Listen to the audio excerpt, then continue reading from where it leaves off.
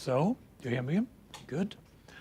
So, welcome to this talk about .NET 8 and C# 12 for Azure developers. So maybe I should start with presenting myself. My name is Nestenius. I've been programming since I was like 10, 11 years old. One of my biggest achievements in the past, I created my first website in 1996. It became programmer7.com. I don't know if anyone has visited it before, the old guys, maybe a few nodding heads. So it was my kind of full-time job for many, many years. And I had quite a lot of visitors, and I did, advertisement financed forums, downloads, articles, tutorials, and a lot of content.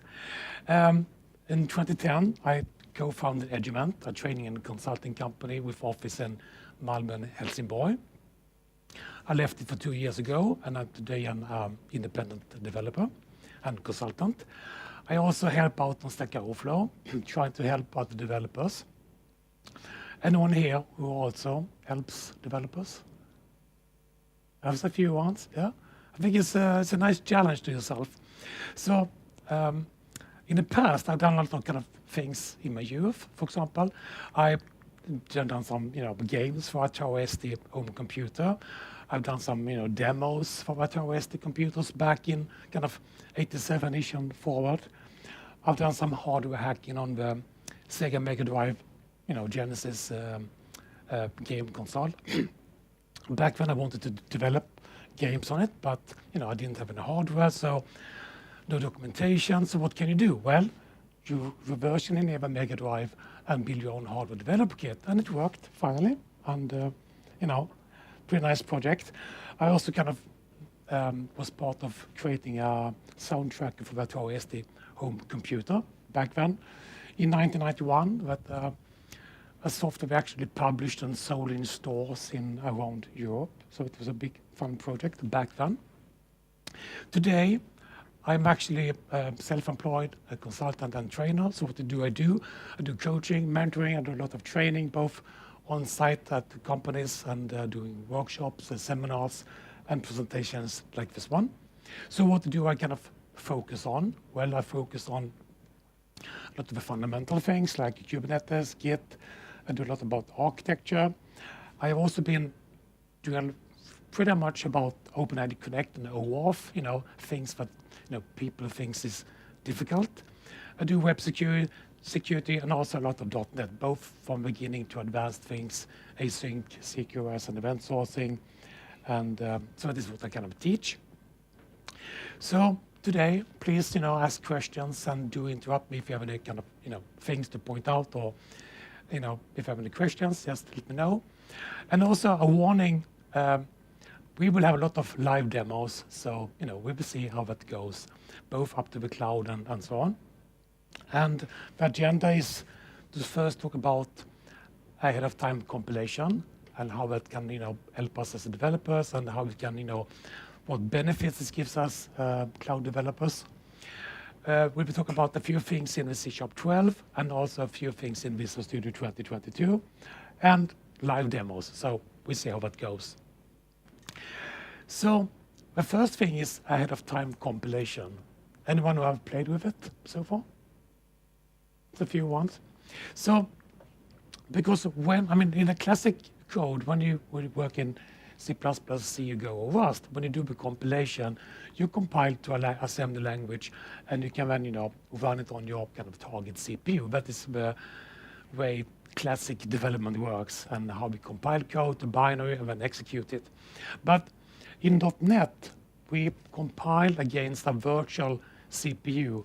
So we do the compilation, we compile to this kind of intermediate language, and that can be seen as targeting a virtual kind of imaginary CPU. And that is then, out of that you get your DLL files and exe files that you then can ship to your customers or deploy and execute. So the question is, what's the benefit of doing this? Well, it's all about that you can, compile it once, and you can ship it to both, laptops, servers, mobiles, and Linux and Windows. And when you execute it, you would do a just-in-time compilation to tweak it and target it to the kind of target architecture and target operating system. So that is allows us to do this kind of write once and run, anywhere. So that has been the kind of standard approach for how we do .NET development since .NET came out, and similar to Java as well.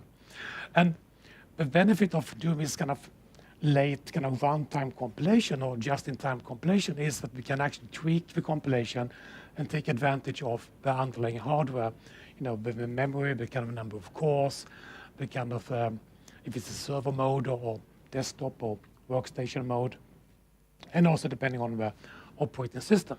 So that is all good.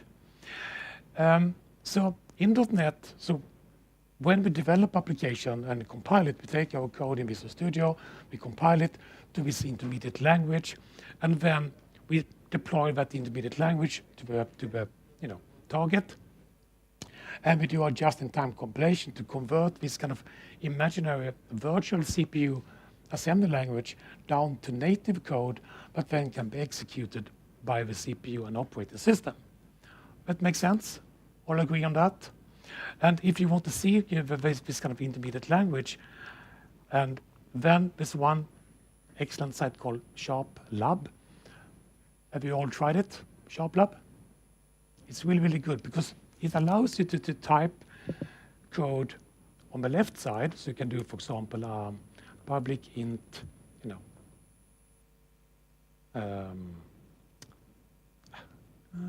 and you can do a property here like get set like that.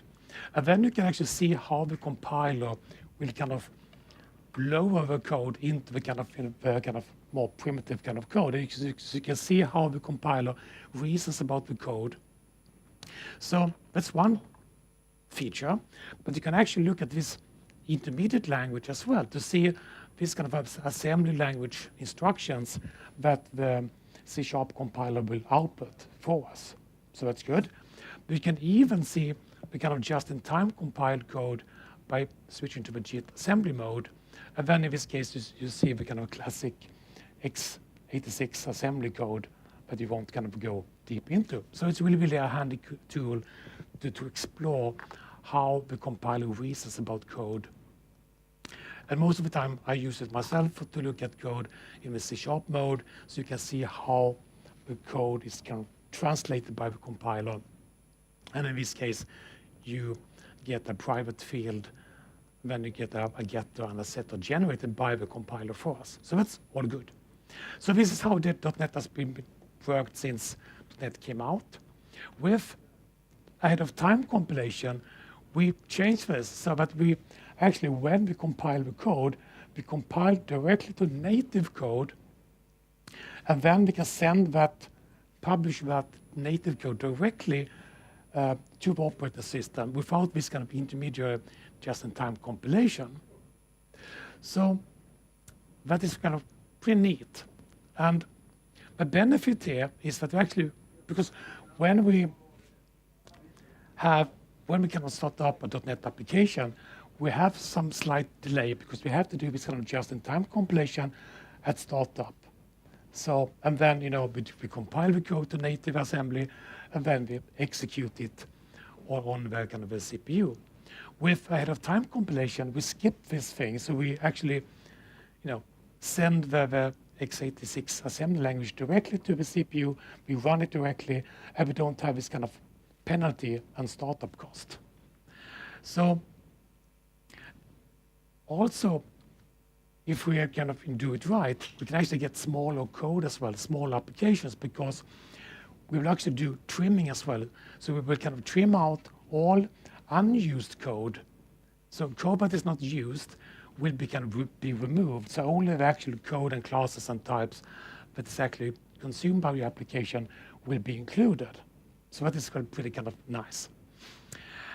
But there's also problems with this kind of ahead of time compilation, because if you kind of try to use maybe reflection, for example, where the compiler can't figure out exactly ahead of time what types will be called, then you will have a problems like in this kind of simple code here. You ask the user to, enter a type name, you get the type, and then you kind of try to kind of, do some reflection on that type. That is a problem for this kind of thing. But I think let's see this thing in demo and in action and how it works. So just to start with, we start with a plain web API. We call it AOT, we place it in a code library, all good. We skip HTTPS, we just do all the defaults here, and we choose .NET 8, so that's fine. So this is just a plain kind of web API in .NET. We have our kind of program class. We have a simple weather forecast API generated for us, and we can run the application, and we can see that it will start up, and I can actually copy this to Chrome so we get a nice look output. So like that. So we see the kind of data, and if I refresh it, we see the data like this. All is good. So now I want to kind of compare the kind of AOT mode and kind of normal kind of operation mode. So let's first go to the terminal and go to the AOT project, and we do .NET publish release mode. No, that's .c.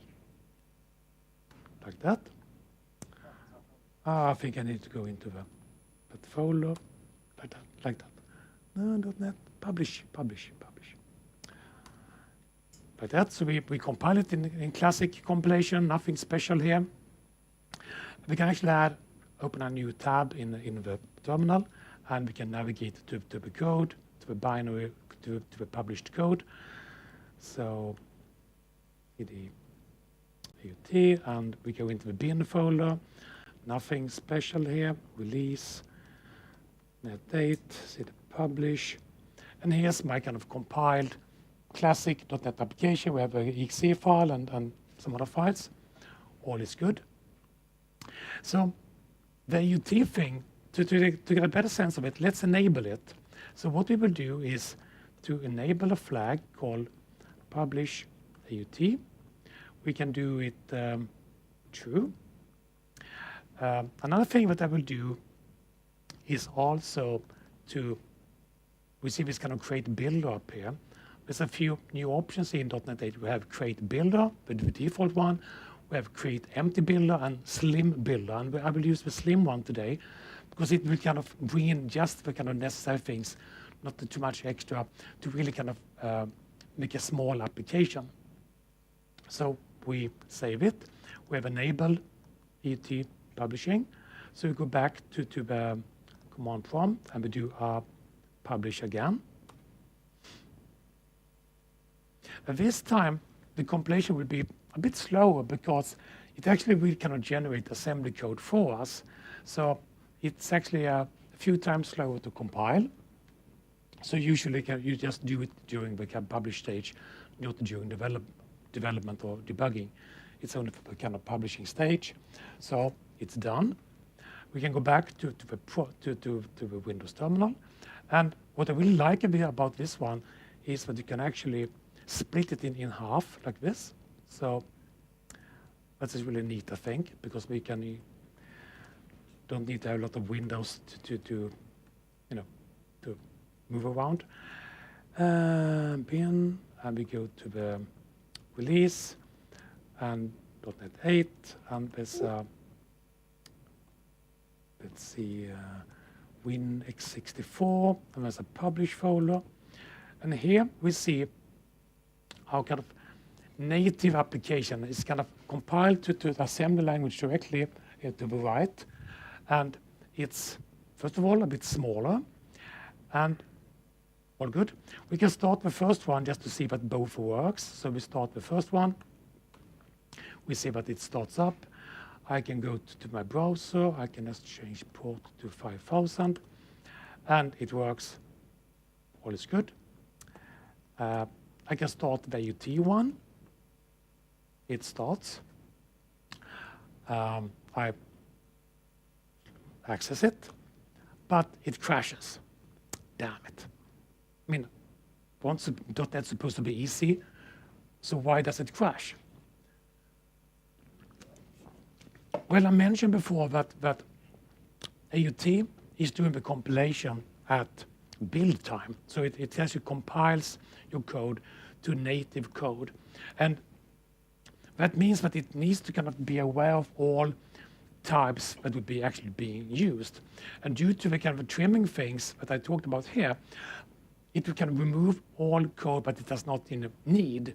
But if we use reflection or other kind of concepts in .NET, where it's more dynamic, then the trimmer and AOT compilation can't, it does not really know what it can remove safely. So that is a problem. So, and the common case here, our problem here is that we are doing an API and we're doing JSON serialization. And the JSON serializer uses heavily the kind of the reflection to serialize and deserialize types, so it crashes. So what do we do instead? Well, we have to bring in source generators. I will just add it first to configure it, and then I will explain what it does. So I define a partial class called weather forecast, and I will also register it in this type in my program class at the top. So at the top here, I tell the JSON serializer that when you, it's a type here that you should use when you do the serialization of this weather forecast type. So in this case, we have this weather forecast object, that is the one that contains all the weather data, and that one is defined up here. We'll be using a source generator, so at compile time, it will look at this object here and generate the kind of code, hard code. It can generate a hard-coded serializer for this specific type at compile time. So, with the magic. So what does it mean? Well,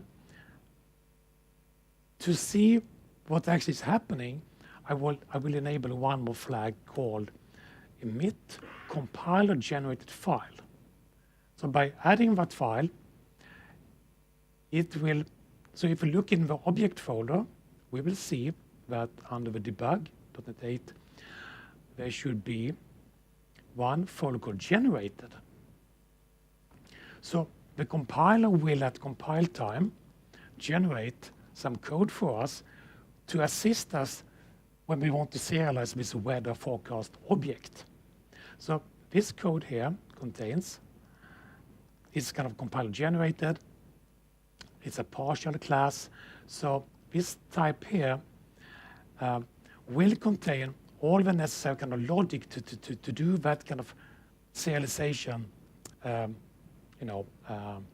runtime, but it's kind of pre-generated how it should do the serialization, so it does not need to use reflection anymore. So instead we use this hard-coded kind of approach. And source generators are really, really awesome because you're actually generating code as part of a build, but then will be kind of compiled again and added to the final output. And you can see this kind of partial, this kind of generated code here under the hood and in the object folder. So we're actually generating code like a code generator during compilation step. So in here is the kind of weather forecast context and all the details about this type. So if I now enable source generators, I will also do one more thing. I'll actually add a small piece of code that will print out the amount of memory kind of consumed by the application. So when I call the API, it will print to the console how much memory this application has used. And I can just go back to the terminal and then do a compilation again. Any questions? Feel free to interrupt me if you have any questions. So we do this AOT compilation, and it takes slightly more time. It's actually running in the other prompt. I need to kind of stop it here. So I'll go back, do it again.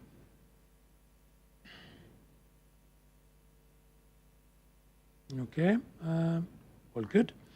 I start this AOT compiled application again, and I go to my browser, and it should work now. So now it works. We also see the memory consumption that, so it uses about 16, 17 megabytes. Okay, that's good. If we compare that with the kind of classic approach to the left here,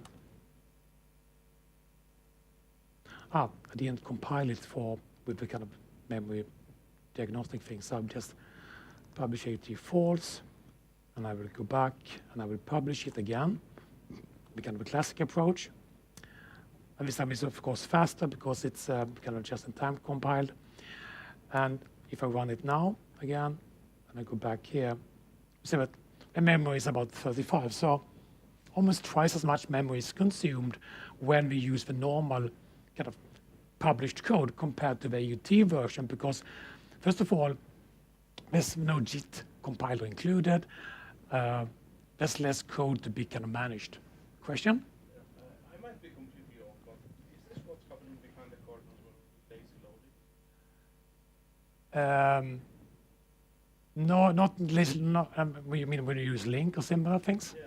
No, it's a totally different thing, because the lazy loading thing is all about the runtime when you do the querying and how you can compose queries. So the question was, if it's the same thing as a lazy loading in link, and it's not the same thing. This is a compiler thing that will kind of squeeze and pre-package your application so that you can run it without the runtime in place. And I will show you a few more demos to show you how this approach works when you come to Docker, for example. So this application to the left, you can execute it without the runtime installed on any Windows machine, or if you compile to Linux, you could run it on any Linux machine without the runtime, because the runtime is already packed inside here, just the necessary stuff. Nothing, not the kind of, the runtime is big of itself.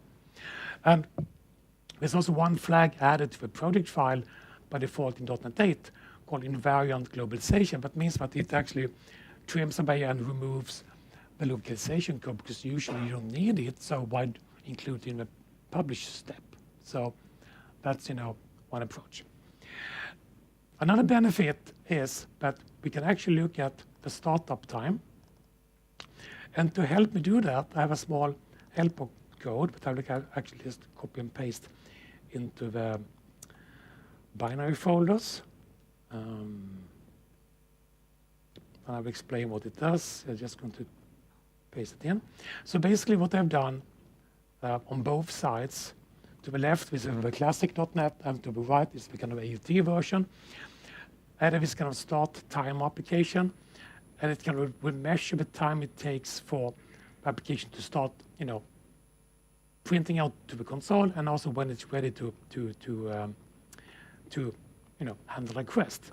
So if you do that on the, and it doesn't spell as well, AOT.exe, we see here that it started after 18 milliseconds, and the first output was after 170, and ready to accept request after 180 milliseconds. So, it's fast, but let's compare with AOT version, because we don't have any just-in-time compilation in this step.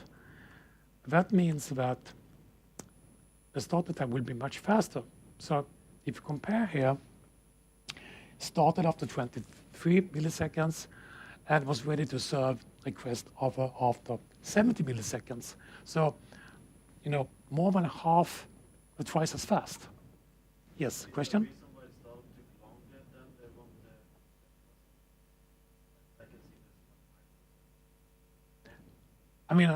So the question was why? Can you repeat the question again? Why is it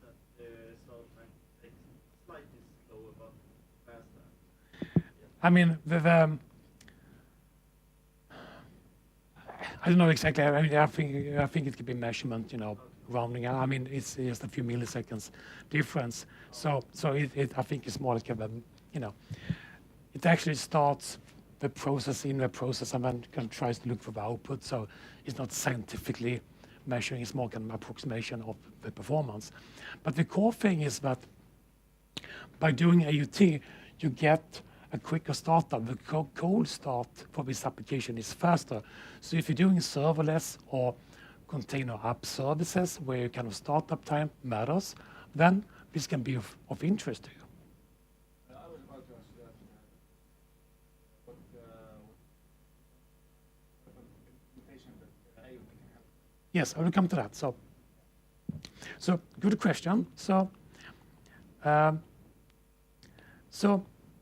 the benefit here is that the runtime performance, it all depends of how your code is written. And the major kind of benefit with AOT compilation is not performance of itself, the number of kind of how much you can crunch, but it's more about, the size of the application. It's a startup time. I think that's the most kind of interesting thing, because when you do Docker containers, you can actually get smaller containers, and it's good for serverless when you want quicker startup time and when you pay for kind of consumption of the cloud. But when does it not work? Maybe that's more of an interesting question. So code that uses reflection, Newton's of serialization or serialization in general, does not work without the help of source generators. So JSON-based serialization is off the question. By default, the HTTPS stack is disabled because it's pretty big of itself, but you can enable it and it works. So it's not really a problem, but if you want to save space, disabling HTTPS is an option. And if you want to do kind of MVC, Blazor, SignalR, authentication, some problems. So what is good for? Well, minimal APIs and gRPC services, that is where it can be used today. AOT is on a journey, so Microsoft has been, working on this feature for many generations of the .NET platform. So this is just kind of one step on the way towards, the goal of doing kind of, supporting AOT, in more places. But what about, yes?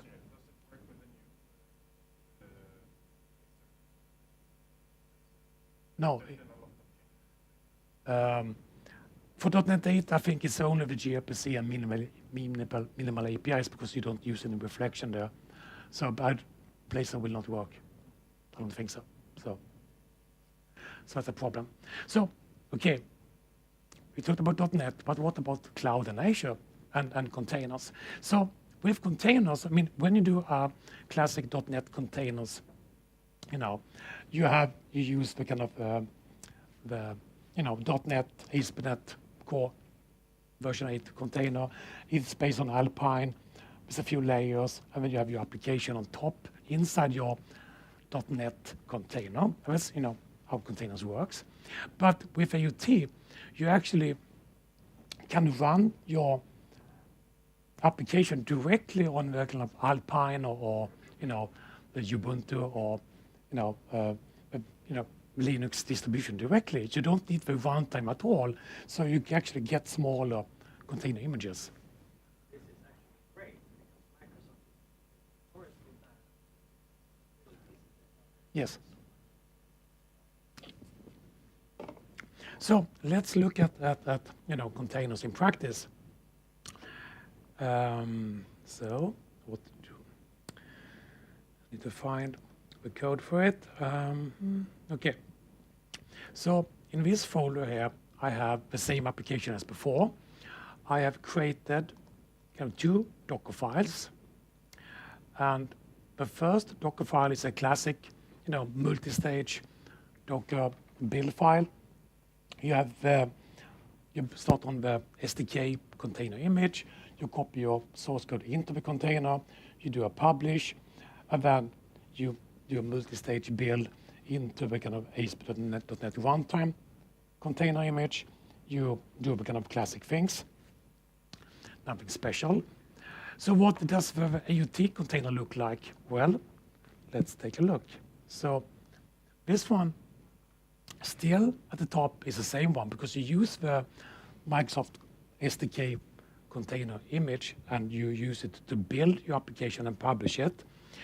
You do add a few kind of C libraries because the compiler needs it to do the kind of AOT compilation. You do a classic .publish with some additional flags, but you want it to target Linux in this case, and some linking, and you want to publish AOT through here at the end. But the more interesting thing is the kind of second image. So we kind of start, in this case, we start from Alpine directly. We add a few C libraries and C linkers and C stuff to this container image, and then we copy it from the main base container, and we run it as usual. And so let's build it and see what it looks like. So let's do, we can build a normal one, and I have some handy bat files to build it, so it's a bit easier. So I can build it, and I can also, of course, build the AOT version. So build it on Docker locally here.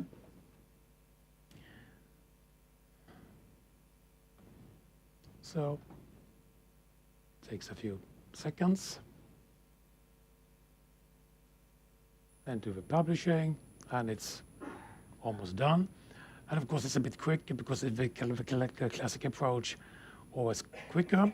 We can build the AOT container image as well. Slightly slower because it has to do with all trimming and remove all the unnecessary code and emit assembly language directly. There's more work for the compiler to do, so it takes slightly more time to build. Any question in the meantime? Yes?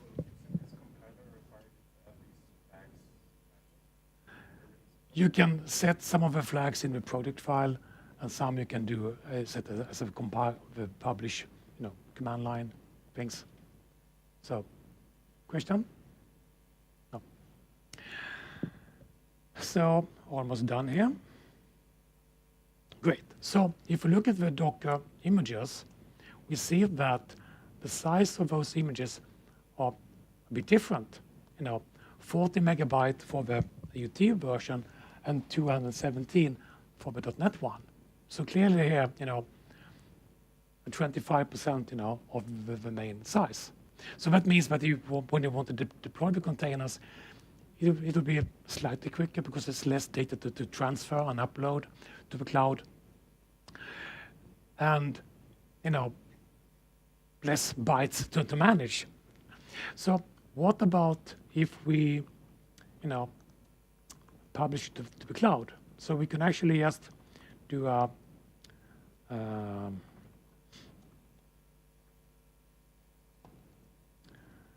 commit,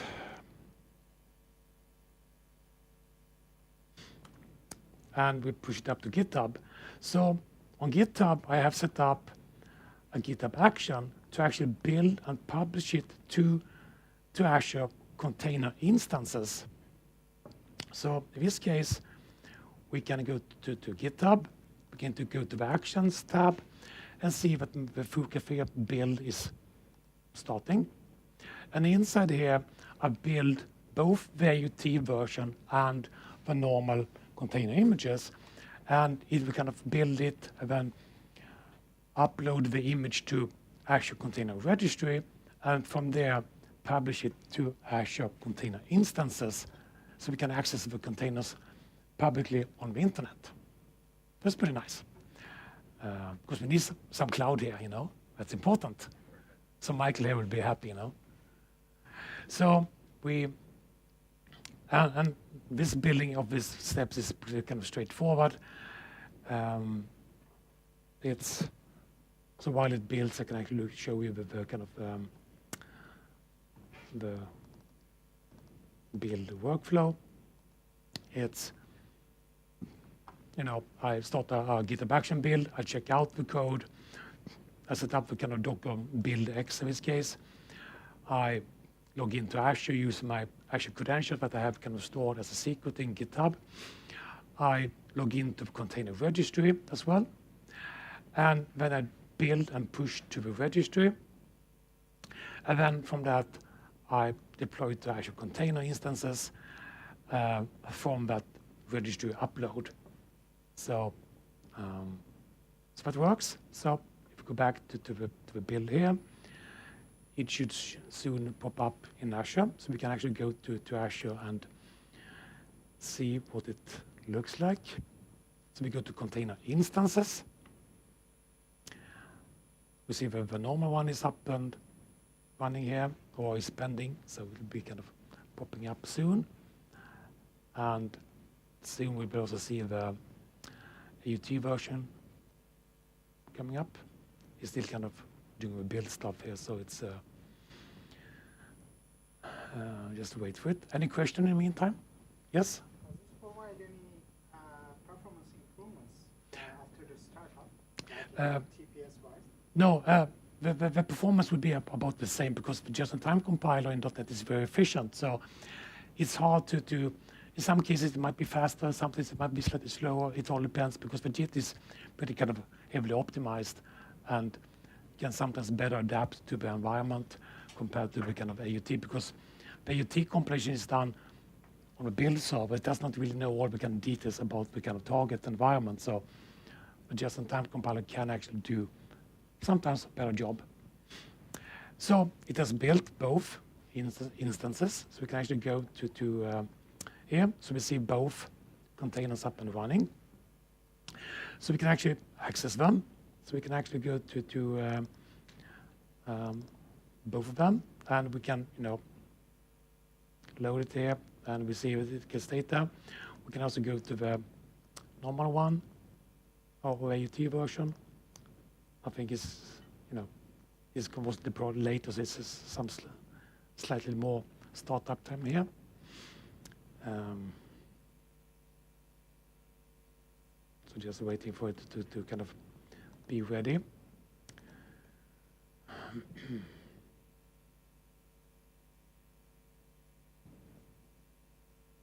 Oh, there it comes. So both AOT and my normal service is up and running. And I can go into the container instances to see at the container log. So if I go into the containers, look at the log, we can actually see the memory usage. And in this case, is 136 megabyte. Okay, so that's good. And if we go back to the AOT container, what does the log say? In that case, it says 24 megabyte. So clearly a reduction in memory consumption. So you can actually do more on less hardware. So that's always good. Any questions so far? Okay, good. So AOT has a lot of potential.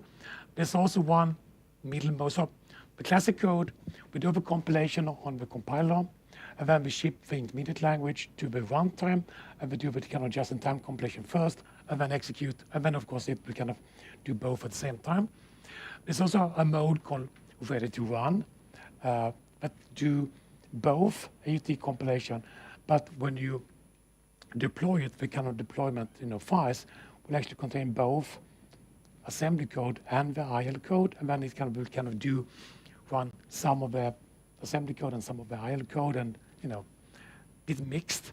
And then we have a pure AOT mode where we do all the ahead-of-time compilation to assembly, and then you can execute it directly on the target machine. So that's the different levels of ahead-of-time compilation you can do in .NET.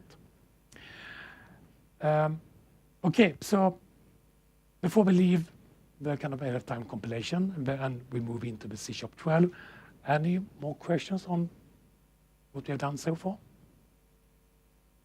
Yes? About the ready to run, is there any differences regarding reflection or MVC or anything? As it includes both, we kind of solve those things more easily. It's more kind of works everywhere, but you get some advantage because your startup time is smaller compared to the kind of classic one, but still bigger than the kind of classic AOT. So it's always a trade-offs of what you want as a result. So let's go back to C#12 instead. So the first one is, let's start a classic console application, nothing special. .NET 8. Okay, so we have been able to do a public class, user, or maybe let's do a car, for example, and you can do you typically have let's say a constructor, public car, like that, and usually you do like a int ID, string model, int year, and string license plate, like that. And then of course you usually kind of inject those things through the constructor, and you save it as a field in your code. That is all good. No? We save those things as fields. That's good. So this is a classic code in C#. We have all done that. But primary constructor actually allows us to move this code up to the class declaration. And now you can actually skip all this code. Same thing. So what you can do now is kind of, public void drive, and you can print out the kind of ID plus model plus year plus license plate, like that, for example. You can access them within this kind of class. So this one becomes class members. And we can actually see this if we go to SharpLab that I used before. So if we go to SharpLab, okay, paste in this class, we actually see that what happens here is that it actually generates this constructor for us. So it makes a normal constructor for us. But the nice thing is that if I now try to copy this drive method into this class here, we see that it do quite a lot of the heavy work for us. So it creates, public class, it creates private fields, and it copies those constructor parameters into those fields for us. So they are now kind of globally available within this class. That's pretty neat, I think. So that means that you can, do whatever you like with them. You can have, public, car ID, and kind of a get and a set, and you can assign it to ID, for example. Public int.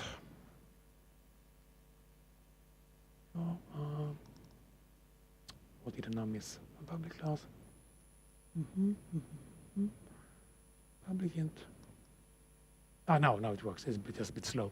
So in this case, it creates a public property, and it assigns this kind of car ID, under the hood for us.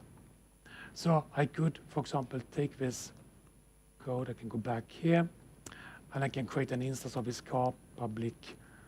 I can do or Volvo, a new car, and be deep, and need to like that, and I can call the kind of Volvo dot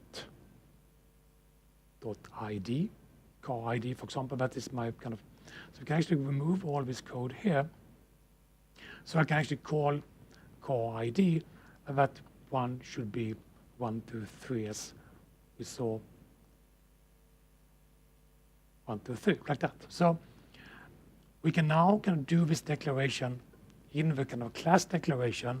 It generates the constructor for us and saves the field inside the class for us. So what does this mean in practice? Well, if I now go to some demo code I have here, I can show you an example in ASP.NET Core how it can simplify your controller logic, for example. So in this case, I have a plain ASP.NET controller, nothing special. So a classic controller class in ASP.NET looks something like this. You have your constructor here, you save the data into private fields, nothing special. But with primary constructors, the code becomes this instead, slightly more compact. And I think that's pretty neat. You can actually, in the class declaration, inject your dependency injection dependencies like logging and database repositories and settings and other types. I think it's pretty neat. Questions on that? And are the fields private read-only immutable by default? They are private by default, and it's up to you to make public properties or public fields that is kind of mapped to those internal ones. So by default, it's all private. But read-only at points. It's internal, so it's up. So you can actually see that if we look at the compile output, if it's read-only or const. So it's all private here, like that. Any more questions on primary constructors? Good. Yes.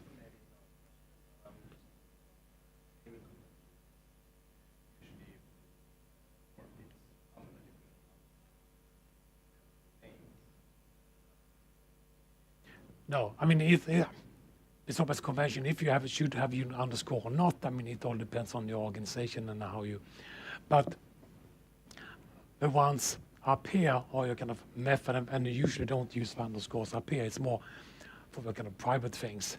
And so under the hood, you get those kind of plain names, or they are available as the same name as up here. So it's also a trade-off. You can't, get everything. And the second thing is that this constructor here is, generated, so you can't add validation logic in here. It's kind of, you have to add your own constructor in that case. So it's almost like a trade-off. You can add your own constructors as well, but they have to kind of call this one at the end. So you can, have one constructor calling other constructors. Yes, so it works. Yeah. So I actually have some picture of that. So you can, for example, have, one up here with 2 parameters. You can have one with more parameters, and then you have to call the kind of a generated one using this. And you can have a default one, and then you can set those values to some default. You call the generated one. So in this case, you have 3 constructors, one from the class type declaration, and those 2 in this case. What about calling the base? Do that by the class? I haven't tried that, so I haven't tried to do inheritance here. So, but I'm sure it's possible. The next thing I want to talk about is collection expressions, because so we have some piece of code here. It all works. We have arrays, we have a list, and we have some spans. All good. But the syntax is always slightly different, and that is a slight annoyance, that we have to kind of keep remembering the syntax for the different ones, and that's always a pain. So with collection expressions, we get a new option. So we can use the kind of square brackets and to define our values. And of course, you might wonder, why do we need another way of declaring collections and or to do collection initializers? Well, the big idea is, we have to learn all those kind of different syntaxes for arrays and similar. And with collection literals or collection expressions, we get one syntax for all of them. So you can just do the brackets once, and the compiler will kind of transform it into the kind of correct type under the hood. So you don't need to kind of remembering, is it brackets or. So you just have one syntax for all of them. So that's pretty neat. And the second thing is that you can also combine it with a slice pattern. So you can actually combine lists. So if you have, 3 lists here, you can use the slice operator to combine list into list. And the compiler will kind of under the hood compile it into the kind of all numbers type in this case. A small tweak, but it's pretty nice, I think. And the final one is TimeProvider, because when we do date code, we often start writing code like this. We have, is up of a business, date time now, and then we check the time, all is good. But the problem is like testing, for example. How do we test it? Do we change? We can't change the date time now value. It's hard code, it's static value, we can't change it. So what do we do instead?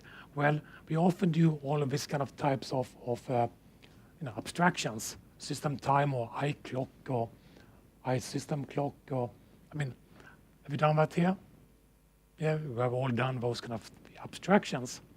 And with, and all of them is a little different, there's no interoperability and so on. So we have to stop doing this thing. We have to kind of once and for all get a solution for this problem. So in .NET, we have added a new type called TimeProvider. And so how does it work? Well, let's look at some demos here. Okay, so I have my of a business code here. It's pretty kind of, hard to test, and we want to kind of modernize it and to introduce this kind of new concept. So to get the time, first of all, we can call, we can just do a simple kind of demo here. TimeProvider.system get local time, for example. So you can print it out, and we get the current time, and it's still open for business because it's still 18 o'clock, so it's still 6 p.m., so it's still open for business. That's good, but we want to make it testable, we want to make it more flexible, so what do we do instead? Well, first of all, we could replace datetime now and inject an instance of the TimeProvider, so we can do and we use the kind of constructor, primitive constructors. We do the TimeProvider up here, time, and in here we can do time.get local now, like that. Okay, so we have added the TimeProvider as an instance. We can pass it to the type, and we call it to get the time, and that means that I can do time equal TimeProvider.system to get the kind of the system time, and I can pass the time to be open for business, and it should work, and it should say same thing as before, but we have a count time, we are still open for business, all is good. But now I want to test it. So how can I do that? Well, the object here has no way to set the time. It's kind of the same as before. It's kind of hard-coded to be the kind of current time. So the solution here is to use some other implementations of this type. Actually, there's some picture here. So we have this TimeProvider as a base type in .NET 8. And from that, there's a system timer timer type that provides the count time, similar to this kind of date time as we have today. But then you can actually get third-party open source packages that you can use for testing purposes. There's one from Microsoft, and there's one kind of open source.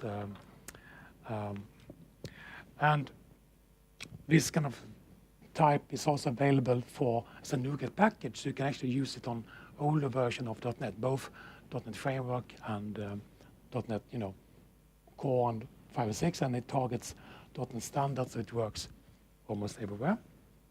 So in my case, I want to use the kind of fake one, so I do new fake TimeProvider. Okay, all good. I pass it in, I run the code, and we see, oh, damn, the time is, pretty boring. It's not set. So you can actually set the time to set UTC now, new date time. Let me set, Christmas at 3 o'clock, of course. Are we open?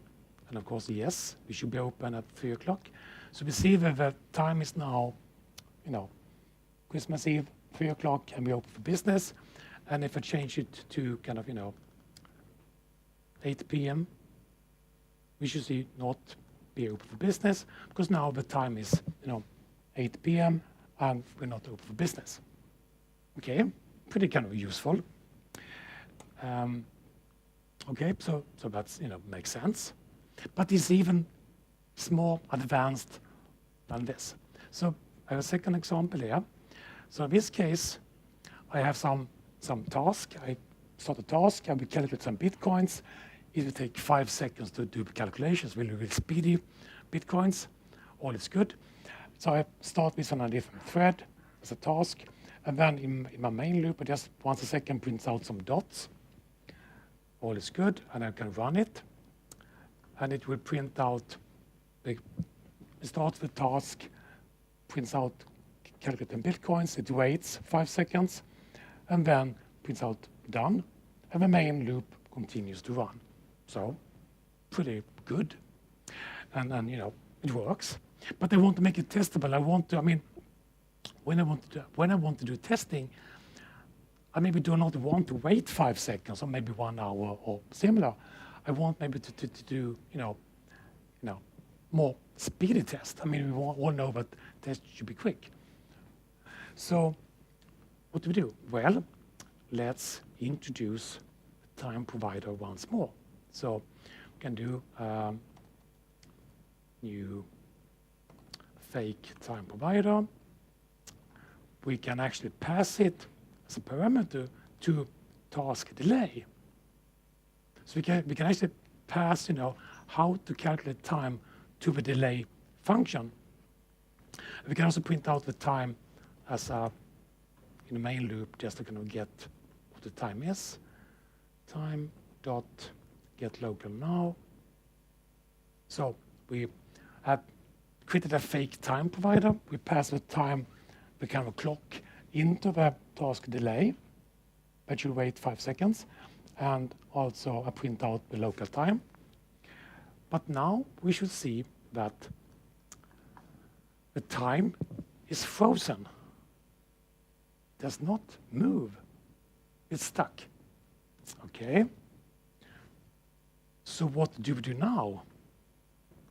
Well, we have to advance the time, make it tick. So let's make a tick. So we can actually, in my main loop here, time, advance, time span from 1 second. So I can, each loop here in my main, I will advance the time 1 second. So if I do that, it actually works again, as it should. The timer, the clock, and after 5 seconds, it's done. All is good. But I can also choose to advance it like 5 seconds. And that means that the task delay will be done almost immediately, because it has passed 5 seconds. Pretty neat. So if you do a complex workflows, after 1 day it should send an email, and then after 2 days it should send a reminder. You can simulate those things very easily by using this type. Pretty neat. But there's more. There's always one more thing. So what else? Well, there's also built-in kind of timer abstraction. So in this case, I create the kind of the built-in timer. In this case, I ask for the system timer. I can create a timer on this type, and I will kind of print out this string once every 5 seconds. So I define that first, wait 5 seconds before you start, and now then after 5 seconds, once every 5 seconds, it will kind of print this, run this code up here. And the same thing in the main loop. And so we basically get a timer in this case that once every 5 seconds will print out hi there. So after 5 dots, we should see hi there again. That's pretty neat. We have a simple timer. It's pretty handy. So, but we want to kind of be more creative, so we do a new fake time provider instead. Change to var here. And of course, same as before, as our time is now frozen, the timer will never start because it waits forever because the clock is not advancing. We have stopped the time like a Marvel movie. We have freeze the time and nothing will happen. So once again, we have to advance the time span from seconds like that. And now we will see that once every 5 seconds, so after 5 seconds starts, and then every 5 seconds it prints out this message. So you can advance by 5 seconds. Yes, I will show you. So if you change it to 5 seconds, the clock will spin much faster. So awesome. So if you're doing complex workflows, you can actually simulate, those behaviors in a pretty neat way. So there's plenty of open source kind of implementation of this type. And there's one from Microsoft, and then there's a few open source ones as well that gives the different kind of, behaviors and things. So just a few more minutes, and then also a pizza arrives here. So there's one more thing before we wrap up the day. So Visual Studio has a few new things as well. And one, of course, is that you can do, in the latest version, you can actually compare files inside Visual Studio. So you can select 2 files in your solution explorer and then right-click on them and then compare them. That's pretty neat. But in this case, I have an API. So I start it, and the classic Swagger UI will appear. Nothing special. I have some simple product API. I can get a product. I can try it out. I can execute a request to my API. And when I do that, I should get some data back and actually copy this link to my browser as well. And we got some widgets here, some products. All is good. We have 5 products here. And now what I can do in Visual Studio is to add a new file, new item, and I will add an HTTP file. So I call it kind of test something. So I have a simple test file here. I can now type get this link like that. And as you see, a small blue link appears at the top. So I can just click on that blue link, send request. So inside Visual Studio, I can do like a postman. I can send request to my API to play with it, and I can inspect the response, pretty formatted. I can see the raw, I can see the headers, all from within Visual Studio. It's pretty neat. Yes, question?